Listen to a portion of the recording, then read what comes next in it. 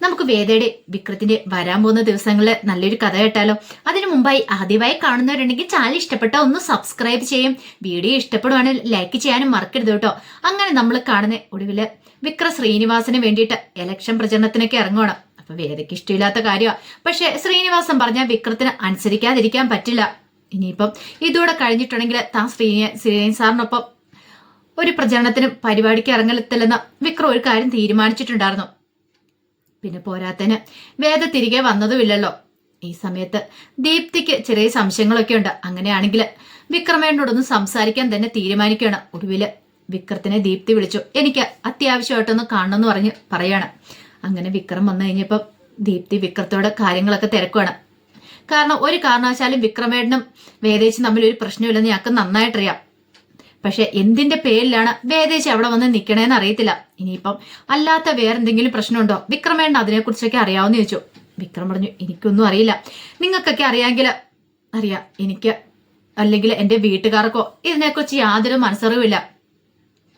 ശ്രീനിസാറിന്റെ കാര്യം പറഞ്ഞിട്ടാണ് അവള് വീട്ടിൽ നിന്ന് ഇറങ്ങിപ്പോയത്. പക്ഷെ അതൊന്നും അല്ല ദീപ്തി എന്ന് പറഞ്ഞു. ദീപ്തി പറഞ്ഞു, നല്ല വിഷമത്തില വേദേച്ചി അവിടെ. കാരണം വിക്രമേണ്ണോട് അന്ന് അങ്ങനെ ദേഷ്യപ്പെട്ട് പറഞ്ഞു വിട്ടെങ്കിലും വേദേച്ചിയുടെ മനസ്സ് നിറയും വിക്രമേണ്ണ. അതെനിക്ക് പലപ്പോഴായിട്ട് മനസ്സിലായി. വേദേച്ചി ആഹാരം പോലും നേരെ ചൊവ്വേ കഴിക്കാറില്ല. ഇടയ്ക്കൊക്കെ മുറി പോയിരുന്ന് കരയുന്നതാണ്. അതൊക്കെ കേട്ടുകഴിഞ്ഞപ്പോൾ വിക്രത്തിനും വിഷമമായി. വിക്രത്തിനറിയാം വേദയ്ക്ക് തന്നെ ഇഷ്ടമെന്ന്. ഇതെനിക്ക് ഒരർത്ഥവും ഉള്ളു വിക്രമേട്ട. വേദേച്ചി അത്രമാത്രം വിക്രമേണ്ണനെ സ്നേഹിക്കുന്നുണ്ട്. പക്ഷെ വേദേച്ചി അങ്ങോട്ടേക്ക് വരാൻ കൂട്ടാക്കുന്നില്ല. ഇതിന്റെ പിന്നിൽ വേറെ ആരെങ്കിലുമൊക്കെ ഉണ്ടോന്ന് എനിക്ക് നല്ല സംശയം ഉണ്ടെന്ന് പറഞ്ഞു. അത് കേട്ടുകഴിഞ്ഞപ്പോ വിക്രം പറഞ്ഞു, അത് എനിക്കും തോന്നേ. പക്ഷെ എന്തുകൊണ്ട് അവളിത് പറയാത്തെ? അങ്ങനെ എന്തേലും ഉണ്ടെങ്കിൽ അവൾക്ക് പറഞ്ഞുകൂടെന്ന് ചോദിച്ചു. ദീപ്തി പറഞ്ഞു, ഞാൻ കുറെ ചോദിച്ചു, പക്ഷെ അതൊന്നും പറയാൻ കൂട്ടാക്കുന്നില്ല. എന്തോ ഒരു കാരണമുണ്ട്, പക്ഷെ അതെന്താന്ന് പറയുന്നുമില്ല എന്ന് പറഞ്ഞു. വിക്രം പറഞ്ഞു, സാവകാശം ചിലപ്പോൾ അവള് പറയുമായിരിക്കും. പക്ഷെ എത്ര നാള്? വേദേച്ചിയുടെ മനസ്സ് കണ്ട് എനിക്ക് സഹിക്കുന്നില്ല. വേദേച്ചിയുടെ സങ്കടം കണ്ട് എനിക്ക് സഹിക്കുന്നില്ല. അത്രമാത്രം വിഷമിക്കുന്നുണ്ട്. വീട്ടിലാണെങ്കിൽ ആരോടും നേരെ ജോവി ഒരു സംസാരം പോലും ഇല്ല. കോടതിയിൽ പോകുന്നു വരുന്നു. ഒരുപക്ഷെ വിക്രമേണ്ണൻ ഒന്നുകൂടെ വന്ന് സംസാരിക്കുവാണെങ്കിൽ ചിലപ്പോൾ എന്തെങ്കിലും പറഞ്ഞാലോ. വേദേച്ചിയുടെ മനസ്സിൽ വിക്രമേണ്ണല്ലാതെ ബാക്കി ആരുമില്ല. പിന്നെ വീട്ടിലുള്ളവരുടെ കാര്യം അറിയാലോ. അവർക്ക് എങ്ങനെയെങ്കിലും ഈ ബന്ധം ഒന്ന് ഒഴിവായി കിട്ടിയാൽ മതി എന്ന് മാത്രമേ ഉള്ളൂ. അങ്ങനെ വന്നിട്ടുണ്ടെങ്കിൽ വേദേച്ചിക്ക് വേറെ വിവാഹം ആലോചിക്കൂ എന്നൊക്കെ പറഞ്ഞു. അത് കേട്ടപ്പോൾ വിക്രത്തിന് ഭയങ്കര വിഷമമായിപ്പോയി. ഈ സമയം ദീപ്തി പറഞ്ഞു, എനിക്കറിയാം വിക്രമേണ്ണൻ എത്രമാത്രം വേദേച്ചിയെ സ്നേഹിക്കുന്നുണ്ടെന്ന്. നിങ്ങൾ തമ്മിൽ അത്ര അടുപ്പത്തിലായിരുന്നല്ലോ. ഞാൻ എപ്പോഴും വരുണിനോട് പറയായിരുന്നു നിങ്ങൾ തമ്മിൽ ഒരു ബോണ്ടിങ് ഉണ്ടെന്ന്. പരസ്പരം ഇങ്ങനെ കാണുമ്പോഴൊക്കെ തല്ലി പിടിച്ച് നടന്നാലും നിങ്ങളുടെ ഉള്ളിൽ നല്ല സ്നേഹമായിരുന്നറിയാം.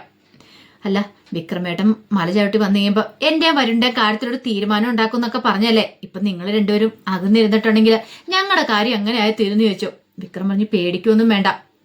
ഉറപ്പായിട്ടും നിങ്ങളുടെ കാര്യത്തിൽ ഞാനൊരു തീരുമാനം ഉണ്ടാക്കിയിരിക്കും. ആ ഒരു പേടി വേണ്ടാന്ന് പറയണ. ദീപ്തി പറഞ്ഞു, എന്തായാലും ഞങ്ങൾ ഒരു കാര്യം തീരുമാനിച്ചു. ഇതിന്റെ പിന്നിലെ രഹസ്യം എന്താന്ന് കണ്ടെത്തുക തന്നെ വേണം. ഇതങ്ങനെ വെറുതെ വിടാൻ ഉദ്ദേശിച്ചിട്ടില്ല.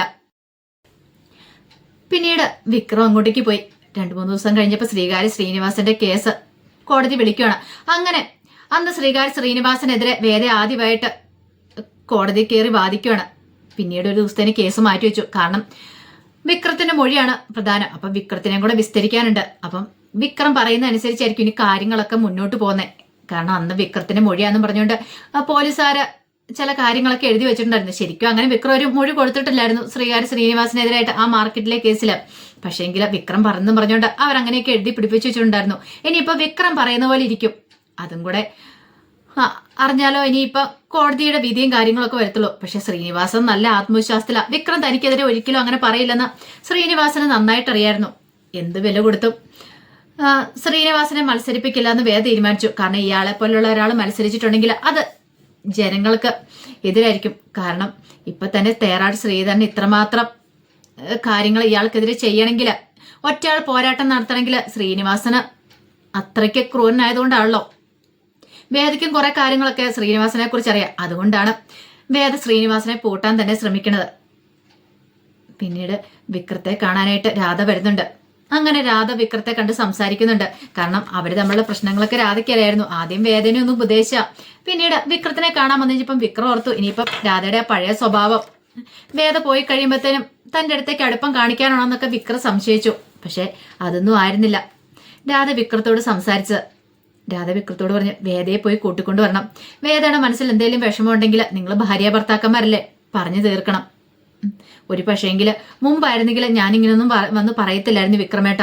നിങ്ങളെ തമ്മിൽ തെറ്റിക്കാനോ നോക്കുകൊണ്ടായിരുന്നുള്ളൂ. പക്ഷെ എനിക്കറിയാം വിക്രമേട്ട മനസ്സിലിപ്പോൾ എത്രമാത്രം വിഷമമുണ്ടെന്ന്, വേദ എത്രമാത്രം സ്നേഹിക്കുന്നുണ്ടെന്ന് എനിക്കറിയാം. ഞാൻ വേദയെ കണ്ടായിരുന്നു, വേദയോട് സംസാരിച്ചായിരുന്നു. പക്ഷേങ്കിൽ വേദ എന്നോടൊന്നും വിട്ടു പറയാനായിട്ട് കൂട്ടാക്കില്ല. എന്ത് കാരണം കൊണ്ടാണ് വേദ അവിടെ നിന്ന് ഇറങ്ങിപ്പോയെന്നൊക്കെ. പക്ഷെ വേദയുടെ മനസ്സിൽ വേറെ എന്തൊക്കെയോ കാര്യങ്ങളുണ്ടെന്ന് തോന്നേ. ഇനി വിക്രമേണ്ണുമായിട്ടുള്ള എന്തെങ്കിലും പ്രശ്നമാണെങ്കിൽ ആ പ്രശ്നത്തിന് പരിഹാരം കാണണമെന്നൊക്കെ വേദ ഉപദേശിക്കുന്നുണ്ട്. വിക്രത്തിന് പോലും അത്ഭുതം തോന്നിപ്പോയി. കാരണം സാധാരണ രാധ ഇങ്ങനെയല്ല, രാധയുടെ സ്വഭാവം ഇങ്ങനെയല്ല. ഒരു ഗ്യാപ്പ് കിട്ടിയിട്ടുണ്ടെങ്കിൽ തന്നിലേക്ക് അടുക്കാൻ ശ്രമിക്കുന്നവളാ, അല്ലെങ്കിൽ തന്നെ വിവാഹം കഴിക്കണമെന്നും പറഞ്ഞ് പിന്നാലെ നടക്കുന്നവളാ, വേദയെ ആട്ടി കയറ്റാൻ ശ്രമിച്ചുകൊണ്ടിരുന്നവളാ. പക്ഷെ ഇപ്പോഴങ്ങനെയല്ല, ആ രാധ പോലും തനിക്ക് സപ്പോർട്ടായിട്ട് നിൽക്കുന്നു. പക്ഷേങ്കിൽ വേദ മാത്രം ഇത് തിരിച്ചറിയുന്നില്ല. അവള് എന്തോ ഒരു വാശിയും വൈരാഗ്യം പോലെയാ പെരുമാറിക്കൊണ്ടിരിക്കുന്നത്. അതൊക്കെ ഓർത്ത് കഴിഞ്ഞപ്പം വിക്രത്തിന് നല്ല സങ്കടം ഉണ്ടായിരുന്നു. പക്ഷെ വിക്രം മറുപടി ഒന്നും പറഞ്ഞില്ല രാധയോട്. എങ്ങനെ എന്താവൊന്നും അറിയത്തില്ല, വേദയുടെ കാര്യമല്ലേ. അവളൊരു കാര്യം തീരുമാനിച്ചിട്ടുണ്ടെങ്കിൽ തീരുമാനിച്ചാന്നുള്ള കാര്യം വിക്രത്തിന് അറിയായിരുന്നു. പിന്നീട് രാധ ഇങ്ങനെ ഓരോന്ന് പറയുന്ന സമയത്ത് വിക്രം പറഞ്ഞു, എനിക്ക് നിന്നോട് കൂടുതലൊന്നും പറയാനില്ല രാധേ. ഞാൻ പറഞ്ഞിട്ടല്ല വേദ വീട് വിട്ടു പോയത്. അപ്രതീക്ഷയോടെ ഞാൻ അവളുടെ കഴുത്തിൽ താലിയാർത്തി. പിന്നീട് എപ്പോഴോ അവളെ ഞാൻ എൻ്റെ മനസ്സിലേക്ക് കൊണ്ടുവന്നു. പക്ഷെ ഇപ്പോൾ അവൾ വീട് വിട്ടു പോയിരിക്കുക. എന്നെങ്കിലും ഒരു സമയത്ത് അവൾ എൻ്റെ മനസ്സ് തിരിച്ചറിയാണ്, വരട്ടെ എന്നൊക്കെ പറഞ്ഞിട്ട് വിക്രം അങ്ങോട്ട് പോയി. രാധയ്ക്കും ഭയങ്കര സങ്കടമായി വിക്രത്തിന്റെ ആ വിഷമം കണ്ടു കഴിഞ്ഞപ്പം. ഇതേ സമയം വിക്രത്തിന്റെ വിഷമം കണ്ടു നിൽക്കാൻ പറ്റാത്ത വേറെ ആളുണ്ടായിരുന്നു, കമല. ഒടുവിൽ മാഷിനോട് എന്ന് പറഞ്ഞു, അതെ മാഷേ, ഇതെങ്ങനെ വെറുതെ വിട്ടിട്ട് കാര്യമില്ല. എത്രയും പെട്ടെന്ന് തന്നെ വേദയെ ഇങ്ങോട്ട് കൂട്ടിക്കൊണ്ട് വരണം. ഒരു കാര്യം ചെയ്യാം, നാളെ ഞാൻ പോയി സംസാരിക്കാന്ന് പറയാണ് വേദയോട്. അപ്പോഴേക്കും മാഷ് പറഞ്ഞു, വേണ്ട, ഞാൻ പോയിക്കോളാം, ഞാൻ വിക്രത്തിനെയും കൂട്ടി ഞാൻ പോകാം, ഞാൻ പോയി സംസാരിക്കാന്ന് പറഞ്ഞു. അപ്പോഴേക്കും കമല പറഞ്ഞു, എങ്ങനെയെങ്കിലും അവളെ കാര്യങ്ങളൊക്കെ പറഞ്ഞ് മനസ്സിലാക്കി ഇങ്ങോട്ട് കൂട്ടിക്കൊണ്ട് വരണമെന്ന് പറയാണ്. എൻ്റെ മോൻ്റെ സങ്കടം എനിക്ക് സഹിക്കാൻ പറ്റുന്നില്ല, അതുപോലെ തന്നെയായിരിക്കും അവൾക്ക് സങ്കടം, എനിക്കറിയാം അവളുടെ മനസ്സെന്ന് പറഞ്ഞു. പിന്നീട് മാഷി എന്ന് വിക്രത്തോട് സംസാരിക്കുകയാണ്. അപ്പം വിക്രം പറഞ്ഞു, ഞാൻ അങ്ങോട്ട് ചെന്നാലൊന്നും അവൾ ഇങ്ങോട്ടേക്ക് വരുമെന്ന് തോന്നില്ല അച്ഛാ. ഞാൻ ചെന്ന് കഴിഞ്ഞപ്പോൾ അവൾക്ക് സംസാരിക്കാൻ പോലും എന്നോട് താല്പര്യമില്ലായിരുന്നു. അപ്പൊ പിന്നെ ഇനി അവൾ ഇങ്ങോട്ടേക്ക് വരുമെന്ന് തോന്നുന്നുണ്ടോ? അപ്പോഴേക്കും മാഷോട്, ഞാനും വരാം, നമുക്ക് പോയി സംസാരിക്കാം, അവളുടെ വീട്ടുകാരോട് സംസാരിക്കാം. നീ കെട്ടിയ താലി അവളുടെ കഴുത്തിലുണ്ടല്ലോ, എന്ത് പ്രശ്നം ഉണ്ടെങ്കിലും പറഞ്ഞു തീർക്കാവുന്നുള്ളൂ. ഇനിയിപ്പോ ശ്രീനിവാസനുമായിട്ടുള്ള പ്രശ്നമാണെങ്കിൽ അതിവിടം കൊണ്ട് അവസാനിച്ചെന്ന് പറഞ്ഞാൽ മതി. ഇനി ഒരിക്കലും അയാളോടൊപ്പം പോകത്തില്ലെന്ന് പറഞ്ഞാൽ മതി. അത് വേണ്ട പോലെ ഞാൻ സംസാരിച്ചോളാന്ന് പറഞ്ഞു. അങ്ങനെ വിക്രത്തിനെയും കൂട്ടിക്കൊണ്ട് വേദയുടെ വീട്ടിലേക്ക് ചെല്ലുവാണ്. രണ്ടുപേരും കൂടെ ചെല്ലുമ്പോൾ ദീപ്തിയാണ് വന്ന് കഥ തുറക്കുന്നത്. ദീപ്തിക്ക് ഭയങ്കര സന്തോഷമായി വിക്രത്തിനെയും മാഷിനെയും കണ്ടു കഴിഞ്ഞപ്പം. ആ രണ്ടുപേരും കൂടെ അകത്തേക്ക് വരാൻ പറഞ്ഞു. മാഷ് ചോദിച്ചു, അല്ല ശങ്കരനാരായണ സാറല്ലേന്ന് ചോദിച്ചു. ഉണ്ടെന്ന് പറയണം. പിന്നീട് ദീപ്തി ശങ്കരനാരായണനെ വിളിക്കണം. അങ്ങനെ അവര് താഴേക്ക് ഇറങ്ങി വന്നു. ഈ സമയത്ത് ശങ്കരനാരായണൻ പറഞ്ഞു, വായിരിക്കുക എന്നൊക്കെ പറയണം. അങ്ങനെ അവരിരുന്നു. ഈ സമയം ശങ്കരനാരായണൻ കാര്യം അന്വേഷിക്കുകയാണ്. അപ്പോഴേക്കും മാഷ് കാര്യം പറയണം, അല്ല വേദ അവിടെ നിന്ന് ഇങ്ങോട്ട് പോന്നായിരുന്നു. വിക്രവുമായിട്ടുള്ള എന്തെങ്കിലും പ്രശ്നമാണെങ്കിൽ ആ പ്രശ്നം പറഞ്ഞു തീർക്കണ്ടേ. കുട്ടികൾ തമ്മിൽ എന്തെങ്കിലും പ്രശ്നം ഉണ്ടെങ്കിൽ അത് മുതിർന്നവർ വേണ്ടേ പറഞ്ഞു തീർത്ത് രമ്യതയെ കൊണ്ടുപോകാനായിട്ട്. വിക്രത്തിന് ഭാര്യയല്ലേന്ന് ചോദിച്ചു. അപ്പോഴേക്ക് ശങ്കരനാരായണൻ പറഞ്ഞു, ഞങ്ങൾ ആരും പറഞ്ഞിട്ടല്ല അവള് ഇങ്ങോട്ടേക്ക് വന്നത്. ഞങ്ങൾ അവളോട് പറഞ്ഞിട്ടുമില്ലായിരുന്നു. അവൾ ഇവിടുന്ന് പോയപ്പോഴും ഞങ്ങളോട് പറഞ്ഞിട്ടല്ല. അവള് പോയതുപോലെ തന്നെ തിരികെ വന്നു. ഞങ്ങൾക്ക് ഇതിനകത്തൊന്നും പറയാനില്ലെന്ന് പറയണം. അവളൊരു തീരുമാനം എടുത്തിട്ടുണ്ടെങ്കിൽ അതിനോടൊപ്പം നിൽക്കാനേ ഞങ്ങൾക്ക് പറ്റുള്ളൂ എന്ന് പറഞ്ഞു. അപ്പോഴും ശങ്കരനാരായണൻ പറഞ്ഞു, അത് പിന്നെ മുമ്പത്തെ പോലെ അല്ലല്ലോ വേദ, ഇവിടെ നിന്ന് ഇറങ്ങി വന്ന പോലെ അല്ലല്ലോ, വിക്രത്തിന്റെ ഭാര്യയല്ലോ എന്ന് ചോദിച്ചു. ആയിരിക്കും, പക്ഷെ അവൾക്ക് ജീവിക്കാൻ, വിക്രത്തോടൊപ്പം ജീവിക്കാൻ താല്പര്യമില്ലെങ്കിൽ ഞങ്ങൾക്ക് എന്താളും നിർബന്ധിച്ച് അവളെ കൊണ്ടൊന്നും ചെയ്യിക്കാൻ പറ്റില്ലെന്ന് പറഞ്ഞു. പത്മ പറഞ്ഞു, ഇനിയിപ്പോൾ അവള് വിക്രത്തോടൊപ്പം ജീവിക്കുന്നില്ലെന്നാ പറഞ്ഞേ. കാരണം കുറെ അവസരങ്ങൾ വിക്രത്തിന് തന്ന് നന്നാവാനായിട്ട്. ആ ശ്രീനിവാസനുമായിട്ട് ചേർന്നുള്ള ഗുണ്ടാപ്പണികളൊക്കെ നിർത്താനായിട്ട് അവള് പറഞ്ഞല്ലേ. എന്റെ മോള് പറഞ്ഞിട്ട് വിക്രം അനുസരിച്ചോ? അങ്ങനെ അനുസരിക്കുമായിരുന്നെങ്കിൽ ഇപ്പൊ ഈ പ്രശ്നങ്ങളൊക്കെ ഉണ്ടാവുമെന്ന് ചോദിച്ചു. ആ സമയം മാഷ് പറഞ്ഞു, എന്റെ മോൻ തെറ്റ് ചെയ്തിട്ടില്ല എന്ന് ഞാൻ പറയുന്നില്ല, പക്ഷേ എങ്കില് എന്റെ മോൻ എത്ര നല്ലവനാന്നുള്ള കാര്യം എനിക്കറിയാം. ശങ്കരനാരായണൻ പറഞ്ഞു, അത് അല്ലെങ്കിലും അച്ഛനമ്മമാർക്ക് സ്വന്തം മക്കളെ കുറിച്ച് എപ്പോഴും നല്ലത് പറയാനല്ലേ പറ്റുള്ളൂ. അവരെത്ര തെറ്റ് ചെയ്താലും മക്കളല്ലേന്ന് ചോദിച്ചു. മാഷ് പറഞ്ഞു, അതല്ല ശങ്കര സാറേ, വിക്രം ആ ശ്രീനിവാസനോടൊപ്പം ചേർന്ന് പല ഗുണ്ടാപ്പണികളും ചെയ്തിട്ടുണ്ട്. പക്ഷേങ്കില് വിക്രം ആ പണികളൊക്കെ നിർത്തി നേരെ അവൻ തന്നെ തീരുമാനിച്ചു. അത് കേട്ട് കഴിഞ്ഞപ്പോ ശങ്കരനാരായണൻ പറഞ്ഞു, അത് ഞങ്ങൾ വിശ്വസിക്കണോ അല്ലേ? ഇനിയിപ്പൊ ഞങ്ങളത് വിശ്വസിച്ചാലും വേറെ അത് വിശ്വസിക്കുമെന്ന് തോന്നില്ല എന്ന് പറഞ്ഞു. ആ സമയം വിക്രം പറഞ്ഞു എനിക്ക് വേദയോടൊന്ന് സംസാരിക്കണമെന്ന് പറഞ്ഞു. ശങ്കരനാരായണൻ പറഞ്ഞു സംസാരിക്കേണ്ട കാര്യമുണ്ടോ? കാരണം സംസാരിച്ചിട്ട് പ്രയോജനമൊന്നുമില്ല എന്ന് പറയണേ. ഇനി അവളുടെ മനസ്സിനെ കൂടുതൽ വിഷമിപ്പിക്കാന്നുള്ളൂ. പത്മ പറഞ്ഞു എൻ്റെ മോളുടെ അവസ്ഥ എന്താണെന്നറിയാവോ? അവള് നേരെ ചൊവ്വേ ആഹാരം പോലും കഴിക്കണില്ല. വല്ലാത്തൊരു വിഷമത്തിലവള്. അവളുടെ ജീവിതം നശിച്ചുപോയി. നല്ലൊരു കല്യാണം അവൾക്ക് വന്നല്ലേ എന്നൊക്കെ പറഞ്ഞിട്ട് ഇങ്ങനെ കുറ്റപ്പെടുത്തുവാണ്. ഒടുവില് വിക്രം വേദയോട് സംസാരിക്കണം നിർബന്ധം പറഞ്ഞു. അങ്ങനെ വിക്രം വേദയെ കാണാനായിട്ട് അങ്ങോട്ട് കയറി ചെല്ലുവാണ് സംസാരിക്കാനായിട്ട്. വിക്രത്തെ കണ്ടു കഴിഞ്ഞപ്പോഴത്തേനും വേദയ്ക്ക് വല്ലാത്തൊരു ബുദ്ധിമുട്ടായിരുന്നു. അല്ലെങ്കിൽ തന്നെ വിക്രവും മാഷും വന്നെന്ന് അറിഞ്ഞപ്പോഴത്തേനും വേദയ്ക്ക് വല്ലാത്തൊരു ടെൻഷനായിരുന്നു. വിക്രത്തോട് സംസാരിക്കുന്ന പോലെയല്ല, അച്ഛനോട് സംസാരിക്കുന്ന സമയത്ത് അച്ഛന് മുഖത്ത് നോക്കി എങ്ങനെ കള്ളത്തരം പറയും, വിക്രത്തോട് എങ്ങനെയല്ല എന്തെങ്കിലുമൊക്കെ പറയാം. പിന്നീട് വിക്രം അങ്ങോട്ട് വന്നു. വിക്രം വന്നു കഴിഞ്ഞാൽ വേദ ചോദിച്ചു ഞാൻ പറഞ്ഞല്ലേ ഇനി ഇങ്ങോട്ടേക്ക് വരില്ലെന്ന്. പിന്നെ എന്തിനാ വിക്രം അങ്ങോട്ട് വന്നേന്ന് ചോദിച്ചു. അതെ എനിക്ക് സംസാരിക്കണം വേദ, ഞാൻ പറഞ്ഞല്ലോ, നീ പറയുന്നത് എന്തും ഞാൻ അനുസരിക്കാം. ഒന്നുമില്ലെങ്കിൽ ഞാൻ കെട്ടിയ താലി നിന്റെ കഴുത്തിലില്ലേ, എന്റെ ഭാര്യയല്ലേ നീന്ന് ചോദിച്ചു. അത് കേട്ട് കഴിഞ്ഞപ്പോഴത്തേനും വേദ ചോദിച്ചു ഭാര്യയോ? അതിന് നമ്മൾ ഭാര്യ ഭർത്താക്കന്മാരെ പോലെ ജീവിച്ചിട്ടുണ്ടോ? ഇല്ലല്ലോ. ഒരു ദിവസമെങ്കിലും ഒരു ദിവസം ജീവിച്ചിട്ടുണ്ടോ? ഒരു താലി കെട്ടിയതും കൊണ്ട് മാത്രം ഭാര്യയാവും വിക്രം? ഭർത്താക്കന്മാർക്ക് ചില ഉത്തരവാദിത്തങ്ങളും കാര്യങ്ങളൊക്കെ ഉണ്ട്. ഒരിക്കലെങ്കിലും വിക്രം അത് ചെയ്തിട്ടുണ്ടോ എന്ന് ചോദിച്ചു. മറുപടിയൊന്നും ഉണ്ടായിരുന്നില്ല വിക്രത്തിന്. വിക്രം എപ്പോഴും എന്നെ കണ്ടിരുന്ന ഒരു ഭാര്യയായിട്ടായിരുന്നില്ല. വിക്രത്തിന് നന്നായിട്ട് അറിയാലോ. വിക്രം പറഞ്ഞു അതങ്ങനെയാ, എന്നൊക്കെ സംഭവിച്ചു പോയി. വേദയുടെ ഉള്ളു പടയുന്നുണ്ട്. പക്ഷെ വേദയ്ക്ക് പറയാതിരിക്കാൻ പറ്റില്ല ഇങ്ങനെയൊക്കെ. വിക്രത്തിനെ എങ്ങനെയല്ലേ അകറ്റിയേ മതിയാവുള്ളൂ.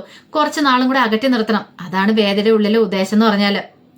പിന്നീട് വിക്രത്തോട് പറഞ്ഞു അതെ ഇനിയിപ്പോ താലിയുടെ പേരും പറഞ്ഞ് ഇങ്ങോട്ട് വരേണ്ട കാര്യമില്ല. ഞാൻ പറഞ്ഞല്ലോ, ഇനി അച്ഛനെ കൊണ്ട് എന്നെ സ്വാധീനിപ്പിക്കാൻ ശ്രമിക്കുന്നെങ്കിൽ അതൊന്നും നടക്കത്തില്ല വിക്രം. എനിക്ക് കൂടുതലായിട്ട് സംസാരിക്കാനല്ല, ഞാൻ എന്തായാലും വരാൻ ഒരുക്കമല്ലെന്ന് പറഞ്ഞു. ഉടയിൽ വിക്രത്തിന് ഭയങ്കര വിഷമായി. വിക്രം അങ്ങോട്ട് ഇറങ്ങി ചെല്ലുവാണ്. ആ സമയത്ത് മാഷ് പറഞ്ഞു അതെ ഞാനും കൂടെ അവളെ ഒന്ന് കണ്ടോട്ടെ, എനിക്ക് അവളോട് സംസാരിക്കണം എന്ന് പറഞ്ഞു. ശങ്കരനാരായണനൊക്കെ നല്ല ടെൻഷൻ ഉണ്ടായിരുന്നു. ഇനി എങ്ങനെ സംസാരിച്ച് കഴിയുമ്പോൾ കൂട്ടിക്കൊണ്ട് പോകുമെന്ന്. ഒരു വീട്ടിലെ വേദയും കൂടെ വന്നിരിക്കുന്നത്, ഇനി തിരികെ വിളിച്ചോണ്ട് പോയാലോ എന്നൊരു ടെൻഷൻ. അങ്ങനെ മാഷ് വേദയെ കണ്ട് സംസാരിക്കാനായിട്ട് വരുവാണ്. ആ സമയം മാഷിന്റെ മുന്നിൽ വേദയുടെ കണ്ണൊക്കെ നിറഞ്ഞു. മാഷ് പറഞ്ഞു എനിക്കറിയാം ശ്രീകാര്യ ശ്രീനിവാസനും വിക്രം തമ്മിലുള്ള ആ ഒരു അടുപ്പം അതൊന്നും അല്ല നിന്റെ മനസ്സിലുള്ളത്. നിന്റെ മനസ്സിൽ വേറെ എന്തോ കാര്യമുണ്ട്. എന്താണെങ്കിലും നീ അത് തുറന്നു പറഞ്ഞാൽ മതിയാവുള്ളൂ. അത് കേട്ടുകഴിഞ്ഞപ്പം വേദ പറഞ്ഞു അത് പിന്നെ അച്ഛാ ഞാൻ വേണ്ട കൂടുതലൊന്നും പറയണ്ട. കാരണം ആ പ്രശ്നമാണെങ്കിൽ വിക്രം പറഞ്ഞു കഴിഞ്ഞു. ഇനി ഒരിക്കലും ശ്രീനിവാസനോടൊപ്പം ഒരു കൂട്ടുകെട്ട് ഉണ്ടാകത്തില്ലെന്ന്. അങ്ങനെ വരെ ഉറപ്പ് വന്നിട്ട് നിനക്ക് അങ്ങോട്ടേക്ക് വരാൻ പറ്റില്ലെങ്കിൽ അതിന്റെ പിന്നിലൊരു കാരണമുണ്ട്. നീ കാരണം എന്താന്ന് പറയണമെന്ന് പറഞ്ഞു. ഇത് കേട്ടപ്പോൾ വേദ പറഞ്ഞു അച്ഛാ ഞാൻ അങ്ങോട്ട് വന്നിട്ടുണ്ടെങ്കിൽ അത് വലിയ പ്രശ്നമാവും.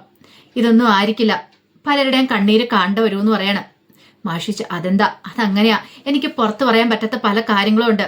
ഒരിക്കലും ഞാൻ വിക്രമായിട്ടുള്ള പ്രശ്നത്തിന്റെ പേരിലല്ല ഇവിടെ വന്ന് നിൽക്കുന്നത്. അത് ഞാൻ അച്ഛന് വാക്ക് തരാം. എനിക്ക് വിക്രത്തോടൊരു ദേഷ്യമില്ല. ഞാൻ അച്ഛനോട് മുമ്പ് പറഞ്ഞിട്ടില്ലേ ഞാൻ വിക്രത്തിനെ സ്നേഹിക്കുന്നുണ്ടെന്ന്. അതേപോലെ തന്നെ ഇപ്പോഴും പറയാം, ഇപ്പോഴും എൻ്റെ മനസ്സിൽ വിക്രം മാത്രമേ ഉള്ളൂ. പക്ഷെ ഞാൻ ഇവിടെ നിൽക്കുന്നുണ്ടെങ്കിൽ അതിന്റെ പിന്നിൽ ഒരു ലക്ഷ്യമുണ്ട്. അത് നിറവേറ്റാതെ എനിക്ക് അങ്ങോട്ടേക്ക് വരാൻ പറ്റില്ല. അതുകൊണ്ട് മാത്രമാ അച്ഛനോട് ക്ഷമിക്കണം എന്നൊക്കെ പറയണം. അത് കേട്ടപ്പോൾ മാഷിന് ഏകദേശം കാര്യങ്ങളും മനസ്സിലായി എന്തുകൊണ്ടാണ് വേദ ഇങ്ങനെ പറയണേന്ന്. ഒരു കാര്യമില്ലാതെ അവളിങ്ങനെയൊക്കെ പറയത്തില്ലോ. പിന്നീട് മാഷിനോട് അച്ഛൻ എനിക്ക് കുറച്ച് സാവകാശം തരണം. എന്താണ് ഞാൻ ഒരു കാര്യം ഉറപ്പ് പറയാം, വിക്രം അല്ലാതെ വേറൊരാളും എൻ്റെ ജീവിതത്തിലേക്ക് വരാൻ പോകുന്നില്ല. അതിനൊരിക്കലും ഞാൻ സമ്മതിക്കത്തുമില്ല. ആരൊക്കെ നിർബന്ധിച്ചാലും എന്തൊക്കെ ചെയ്യുന്നു പറഞ്ഞാലും. പിന്നെ അച്ഛൻ തൽക്കാലത്തേക്ക് ഇതാരോടും പറയണ്ടെന്ന് പറയണം. അപ്പൊ തന്നെ മാഷിന് മനസ്സിലായി എന്തൊരു വലിയ പ്രശ്നമുണ്ട്, നിസ്സാര കാര്യമല്ലെന്ന്. അങ്ങനെ മാഷ് തിരികെ പോവാണ്. അങ്ങനെ കുറച്ച് ദിവസം കഴിഞ്ഞ് കഴിയുമ്പോഴത്തേനും വിക്രം ഒടുവിൽ ആ സത്യം കണ്ടെത്തുന്നുണ്ട്. വിക്രത്തിന് ചെറിയ സംശയം ഉണ്ടായിരുന്നു ശ്രീകാന്തിന്റെ കളിയുണ്ടോന്ന്. അങ്ങനെ ഒടുവിൽ ആ സത്യങ്ങളൊക്കെ കണ്ടെത്തി വേദയുടെ അടുത്തേക്ക് വിക്രം വരുന്നുണ്ട്.